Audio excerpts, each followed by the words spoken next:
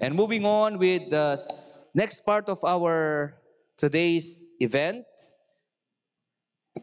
we request our dignitaries, some of them will give inspirational messages. We started with a lady president from Makati Eagles Club. Let us welcome and give a big round of applause to Ate Kim Mela, the Chartered President of Makati Eagles Club, Lady Eagles Club. Let's give him here a big round of applause.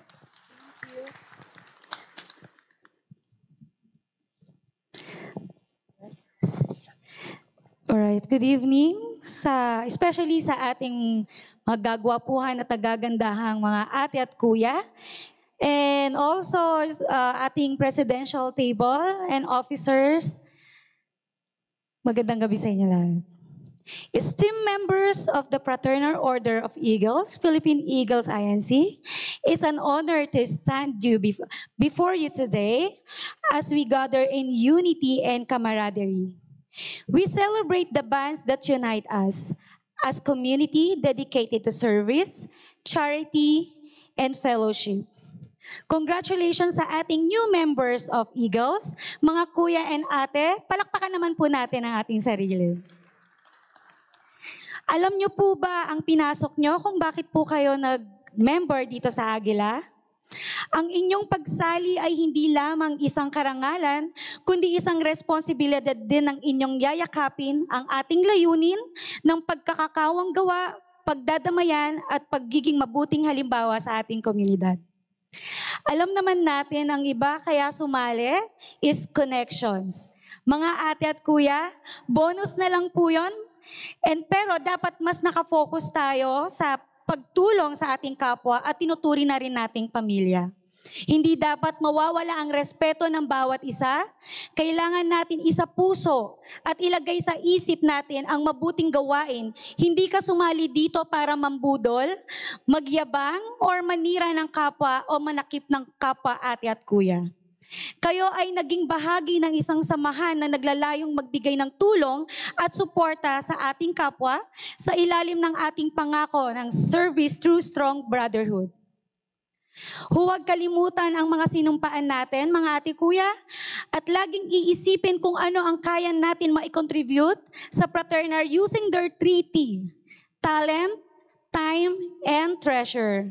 Mas magandang pagtanda natin, meron tayong isi-share sa ating mga magulang, sa ating asawa at anak, na nagkaroon tayo, naging isa tayong maging magandang halimbawa na pagtulong sa ating kapwa. Na kahit isang maliit na bagay, ilagay natin sa puso't isipan natin na ang pagsali sa Eagles ay isang responsibilidad at hindi isang privilege. Together, my kuya and ate and bunso, let us continue the proud legacy of the Fraternal Order of Eagles, Philippine Eagles INC. Let our deeds echo through the ages, inspiring future generations to carry on our mission of service, fellowship, and mutual aid. For when eagles fly as one, there is no obstacles we cannot surpass. Magandang gabi po sa ating lahat. Mabuhay ang Agila.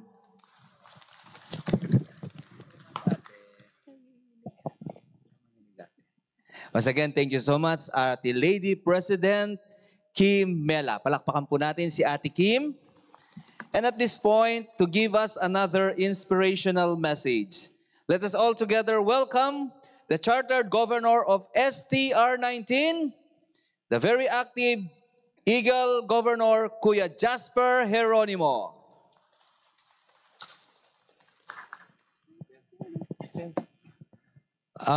Magandang gabi po sa inyo lahat.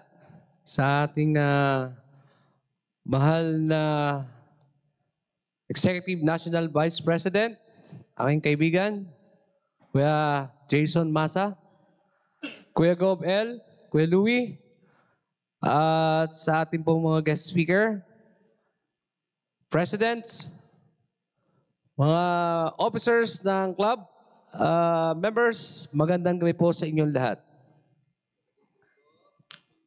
Magandang gabi, uy. Very good. Okay. Kanina po, nag-speech yung presidente natin, bagong chartered president na